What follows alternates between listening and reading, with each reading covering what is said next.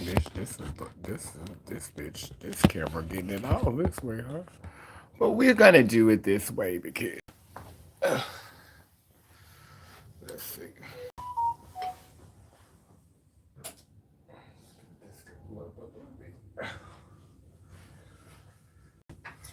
Okay.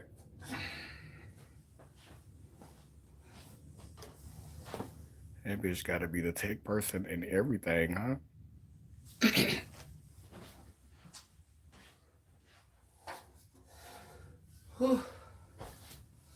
So the camera is turned the other way, so if y'all leaving comments, y'all saying anything, I'm not gonna be able to see it because I was advised that the picture looks better when you do it from this way, so I can't see anything that's being said. So it's a lot of things that I want to talk about, and I feel like they kind of connect into this story. I've been watching what's been going on with P. Diddy and Aaron Hall, and um, it do look like it's a surviving P. Diddy um, saga brewing. And I've been following FD Signifier, and I really hope that he makes that Tyler Perry video because I'm interested in seeing what he's gonna say. I follow him, and I follow also intellectual media regularly.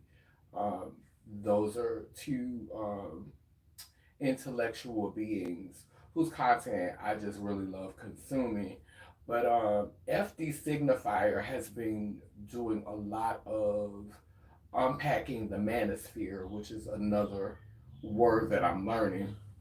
And it made, like what I love about um, his storytelling and his content and how he documents, his findings is it helps me to explore myself. And so I'm not here to attack P. Diddy or to attack Aaron Hall because I think that there's enough people who just want to jump on the hate train who are going to do that, without even really thinking about all of the ways in which they've missed the mark, all of the ways in which they have probably let themselves down or let their family members down.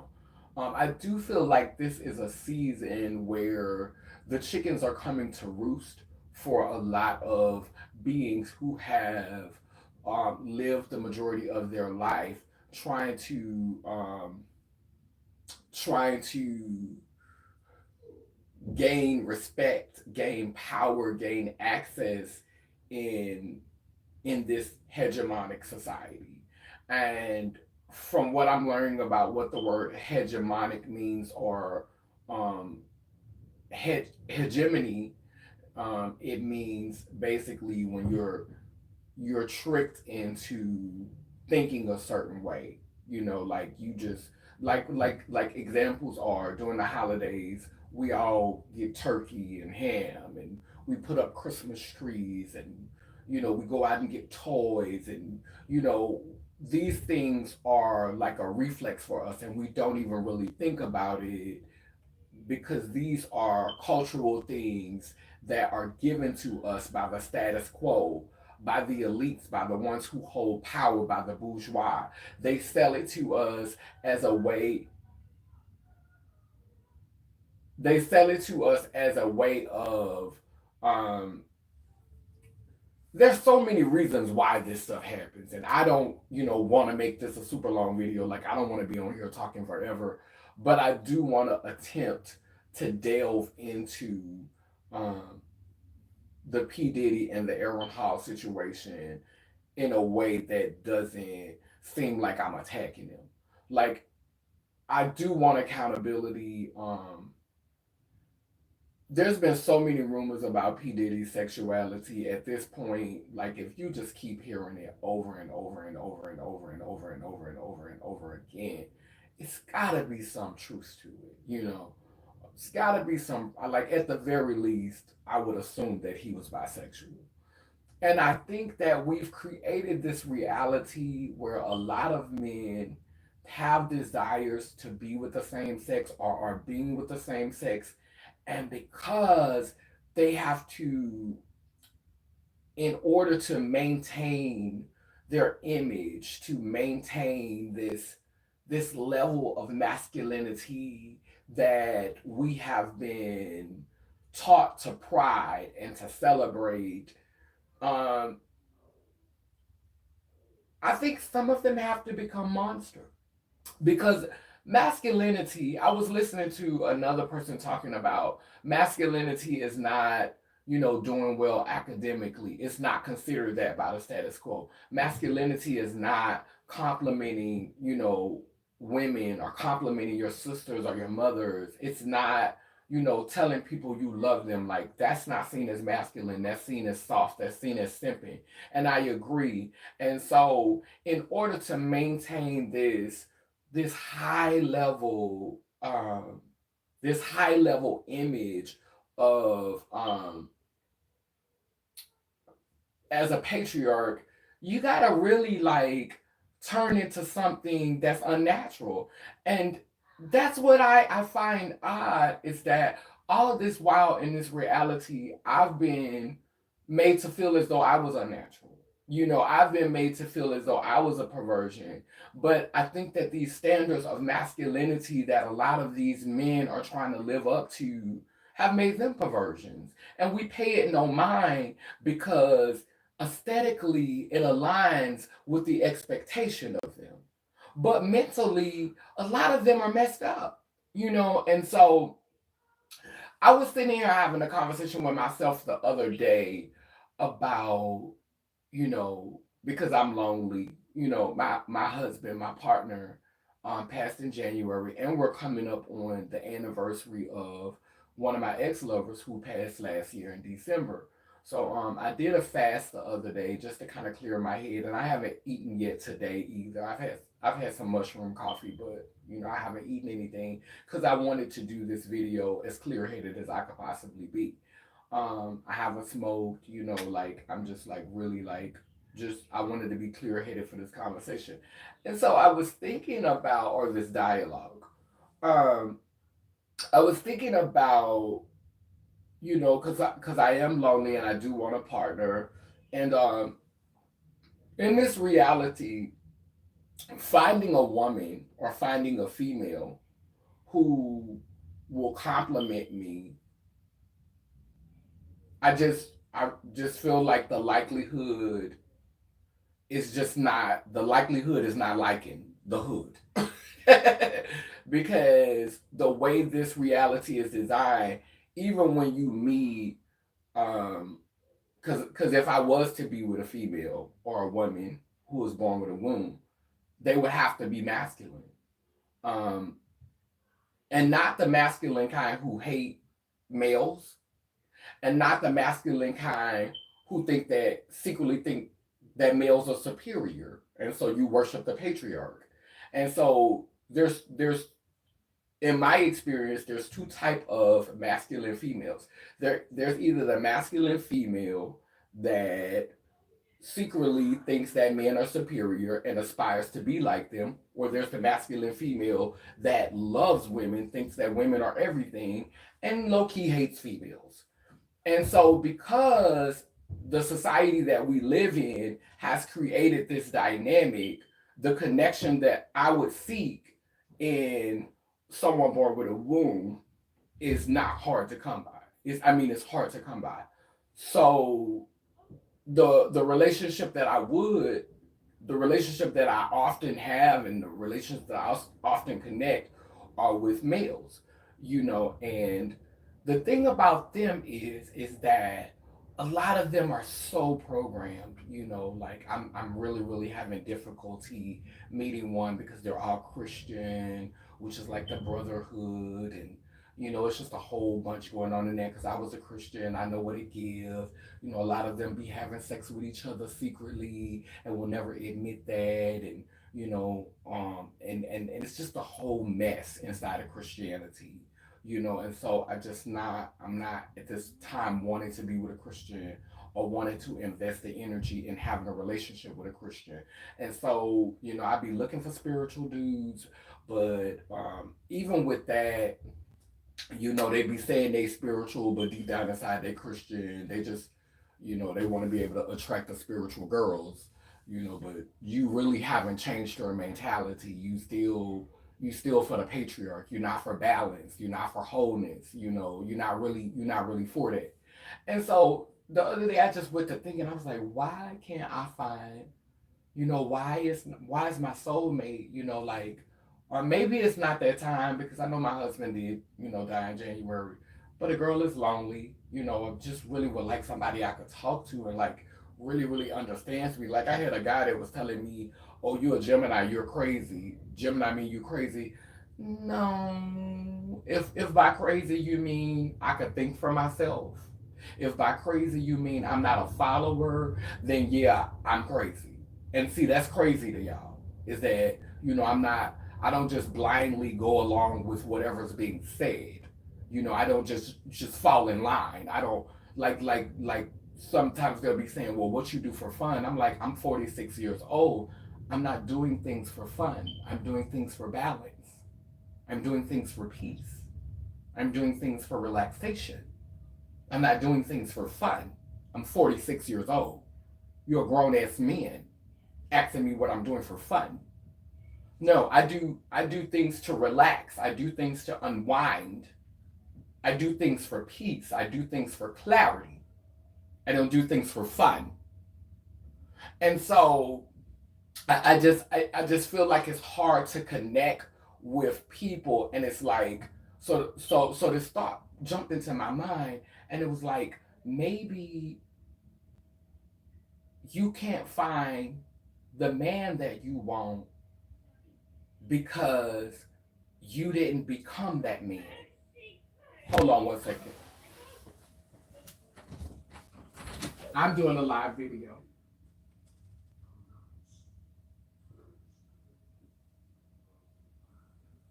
Yeah, put a sock in it. And I'm serious.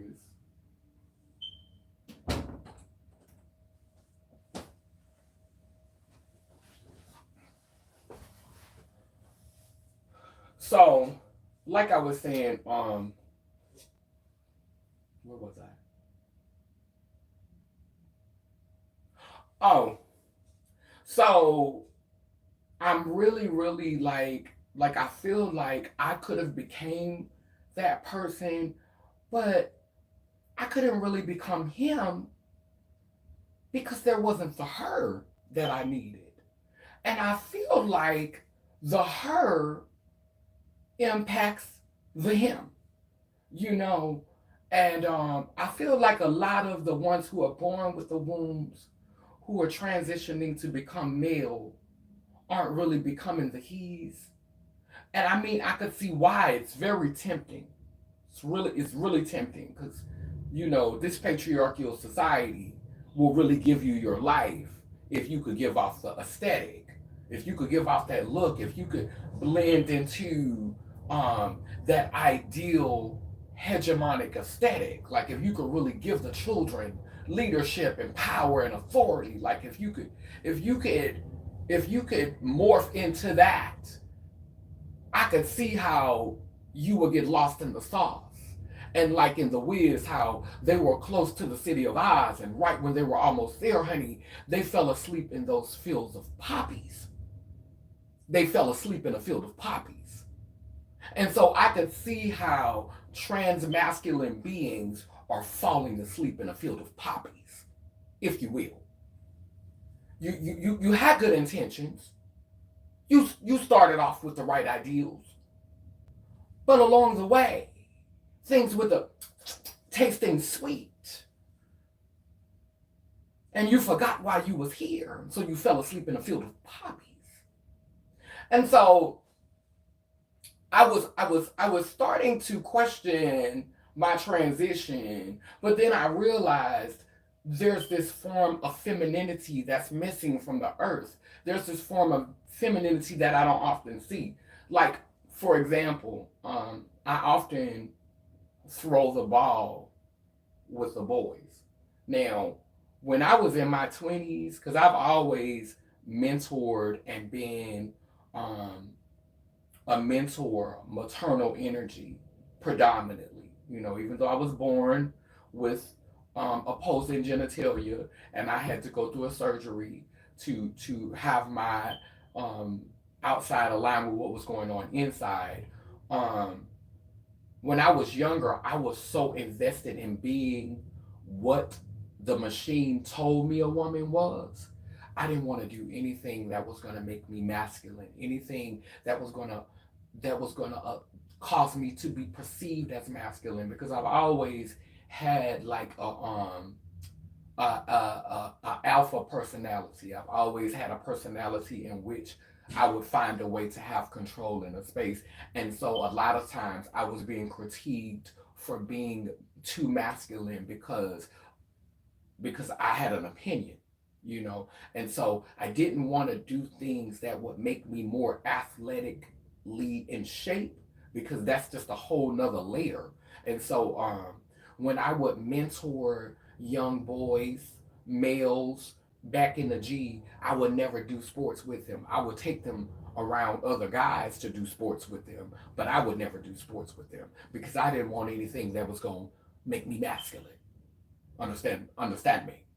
So, but now that I've matured and I don't live in that world anymore of being afraid to actually be whole, I play football with the boys. We throw the ball often. Probably gonna throw it today. And when we throw the ball, the boys, they laugh when they see my little titties bounce up. Even though I have to put on a sports bra and then put on another sports shirt and all this. Like, I really honestly wish I would have just did hormones. I wish I wouldn't have had nothing added. I wish I would have just kept my little hormone boobies. Honestly and truly, girls out there who considering getting all that extra work when you get older and gravity set in, girl, just say no. No. Like, sometimes I be doing jumping jacks and it be hurting. Like, these girls be hurting. It be heavy on me. I'm so serious. It be heavy on me. But I am I'm dealing with it though, and I'm trying to slim down to make these girls smaller, so that they won't be doing all that. But anyway, the boys be laughing, and sometimes they don't take me seriously because they see me as a girl, they see me as a woman, they see me as female. If a male who they saw as a male was telling them these things, they would, because we live in a society that we've been trained to see the man as having respect automatically, having authority automatically. So when he says something, it's supposed to automatically be, you know what it is, you know what's up. And so I shouldn't have to tap into this, I shouldn't have to present myself more masculine or be seen as a man in order to command respect. And see, this is where I have some pushback for beings who were born with wombs and who align with womanhood. You can be feminine. You can be a lady. You can be all those things. You can be all of the things. And you can still have wholeness and show up in spaces and places that call for respect from these little young boys that's coming up. Like when I hear um, women and men say, I can't teach a man how to be a man. What do you mean? Didn't you have a father? Didn't you have a grandfather? Didn't you have a great grandfather? When I hear men say, I can't teach a girl how to be a girl, didn't you have a mama? Didn't you have a grandmama? Didn't you have a great great grandmama? Like, how you can't teach these things when you came from these things, when you're made up of these things? Like, that's the biggest load of crap I ever heard. These things are innately in us. Masculine and feminine energy are innately in us. And to create a reality that teaches those who identify as men that they don't have softness in them. They don't have sensitivity in them. They don't have intuition in them. They don't have maternal energy in them. And to create a society that teaches women who aspire to be women that they don't have masculinity in them, that they don't have patriarchal energy in them, that they don't have um, an ability to fight and to stand up for themselves, to teach them that is a disservice to us as human beings, as humans being, housed with the spirit of the cosmos, made from stardust, rose from out the sea, stars falling into the ocean and rising up out the sea, to say that we don't have the capacity to be all things. No, we don't all have the same ingredients, the same amount. You may have a pinch of femininity and a half a cup of masculinity. The next person may have 2 pinches of femininity and a liter of masculinity. The next person may have a liter of femininity and about 3 or 4 pinches of masculinity. We are all designed different. But we can tap into those energies if we allow ourselves to think freely and not just be around here playing follow the leader. And so what we're seeing go on with P. Diddy and Aaron Hall is men who identify with the construct of manhood, who have been playing follow the leader. Not thinking for yourself, but you respect it because your performance, because at the end of the day, it's a performance. You're performing masculinity just like women perform femininity. It's a performance. Because your performance has put you in a place of toxicity and harm. And I don't totally blame you for this. Because both of y'all, you dark-skinned men. I'm not going to go into the whole slavery thing because I don't think all of our ancestors were slaves. Definitely don't think we all came over on slave ships. Some of us were indigenous to these lands, and some of us just watched our ancestors be slaughtered and killed. Then we had to go and work for pennies and less than that. And so we acquired a slave mentality because we watched our father be killed, our mother be claimed, and then we had to start working from childhood. So I think slavery happened. I don't think it happened completely how some of these scholars choose to tell the story. No, I don't. I think that we are a people that have been programmed beyond measure. Programmed to the point to where we think that we literally are extremely privileged. Let me tell you something. The only beings I actually see getting their reparations from eugenics, because the animals they done been bred to be a certain way as well. The only animals I see getting their reparations is cats and dogs, and we all got animal in us. I don't care how grand you think you is because you human and got a brain, honey. We all have some common ancestors. And the only ancestors I see getting their reparations right now and they full dues is cats and dogs. Because they got y'all out here picking up their poo, dressing them up, bathing them, feed them, cooking for them, and y'all think they just some old dumb old animals that need. This is the reason why I don't have pets right now, because I know how smart they is. I know how smart dogs is. Dogs might be anxious, but they actually more patient than we is.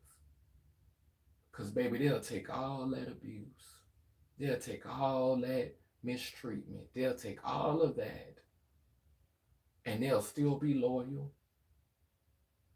They'll still love you and still be willing to protect you with their life. But guess what? You're gonna pick up that dookie after them. You're gonna make sure they eat. And if you like I think you is, you're gonna make sure they eat good. Some stuff they ain't gonna be able to forage out there in the wild. So they having all these experience, ain't gotta work, ain't gotta pay no bills. And they got dogs out here who actually paying bills. Got Instagram posts with millions of followers. They got dogs out here paying bills and living a lavish life. So baby, the dogs and the cats getting their reparations, honey. Meanwhile, you still ain't got yours. You out here hustling and bustling and working hard for Massam, trying to blend in and fit in, trying not to ruffle no feathers, trying not to stand out. And if you do stand out, you want to stand out within those things that are acceptable. And I'm just thankful to be in this place of peace, this place of clarity, um, this place where I don't feel like I have to constantly attack my brothers, my fathers, my uncles, because there was a time in my life where I was mad, honey, where I was sleeping with men, was having sex with them all the time, and to be honest with you, I didn't too much care for y'all. I liked having sex with you, but I didn't really like you because when I was younger, y'all saw my mothers and me, and I couldn't hide my mothers like y'all could hide y'all relationship to y'all mothers. I couldn't hide my relationship to my grandmother. I couldn't hide my connection to my aunties and my mother. And because I could not, I was shunned from spaces. And I had a bitterness. And that was why I was trying to erase y'all from my avatar and my canvas. That's why when I showed up in spaces, I didn't want to look nothing like a man. I didn't want to resemble that at the slightest because I was still hurting. But ironically, after I had the final surgery to complete my physical transition, I actually was able to forgive my forefathers. I was actually able to begin to want to understand and to want to explore parts of manhood and masculinity that never interested me. I wanted a husband, but deep down inside, I looked at y'all like security guards and a piece of meat because I didn't see the the intellect. I didn't see the intuition. I didn't see the mothers that lived in you. And if you did have feminine traits, it was like you had took all of your foremothers' toxic traits, not the good ones. You had taken on all of the toxic parts of them, and so um, I'm just thankful that I'm in this space in my life where I'm really trying to see people. I'm really trying to see the whole being, the whole person, and that I don't have to get on here spouting out toxicity. I don't have to sound like I'm anti-black or sound like I'm anti-men, and I could hold everybody accountable, even myself.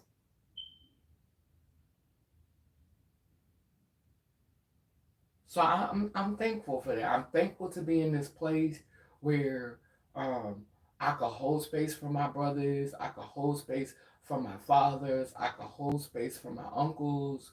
I could hold space for my cousins. I could hold space for my aunties. I could hold space for my nieces. I could hold space for my mothers. I could hold space for my sisters.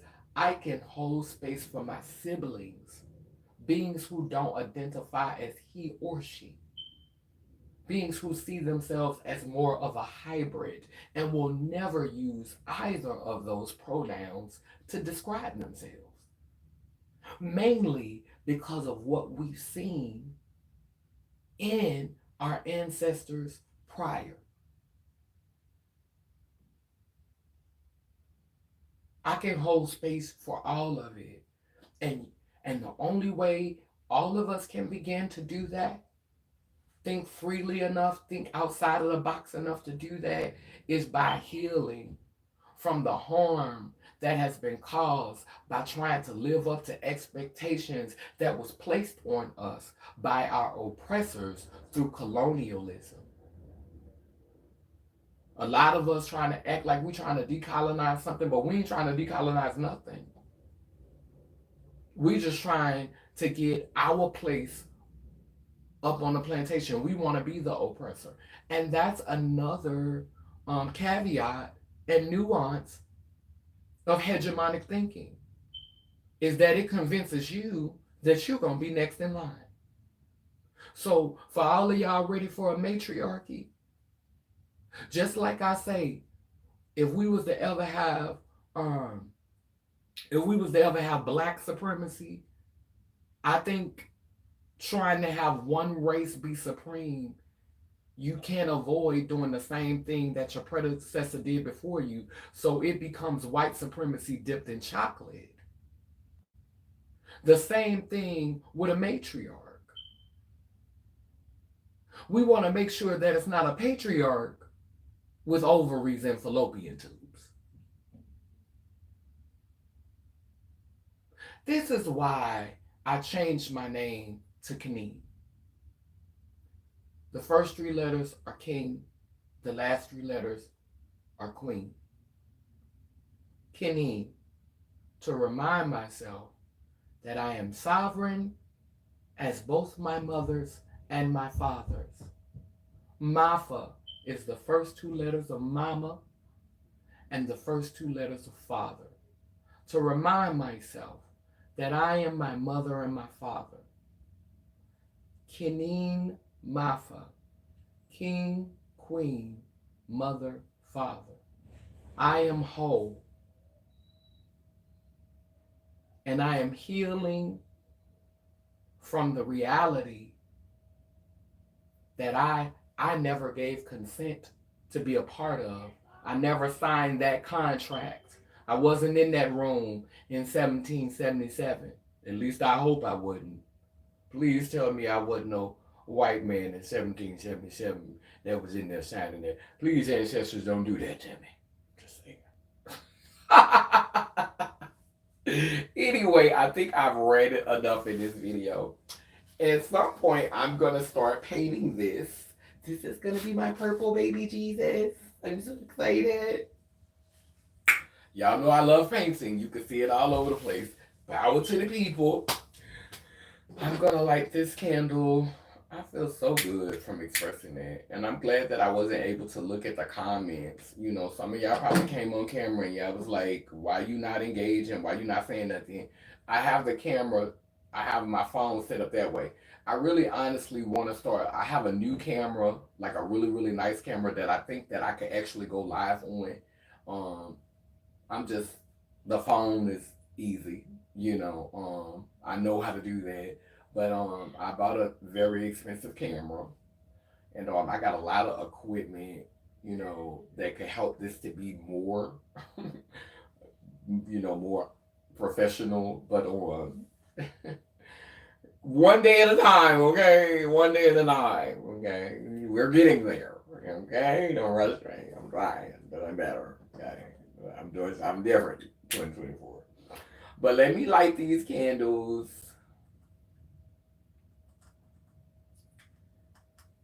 We're lighting 3 candles. This green represents prosperity and fertility. This is kind of like a peaches color, so we're going to say it represents femininity.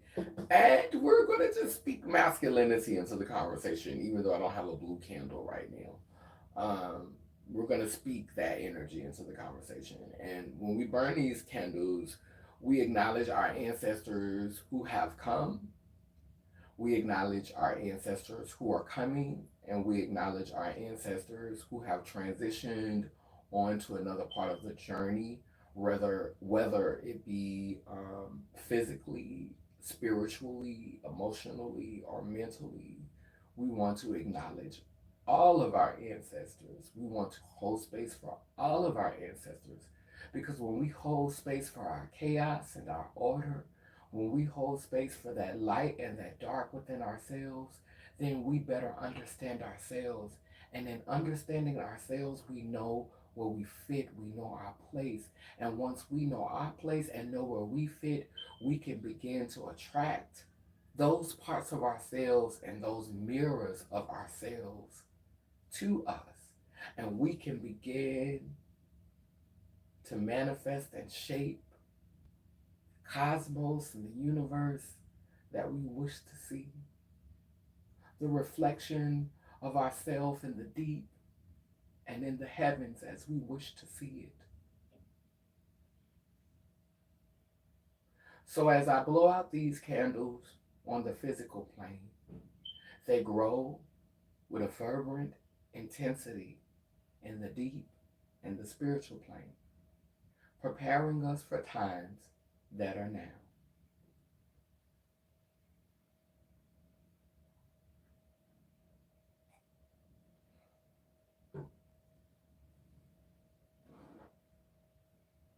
Past, present, future. Amen, a woman. Lay lim, lay learn. Love y'all. Talk to you later. Have a happy Saturn day. Tech person, cut off that camera, okay? Oh, I'm the tech person.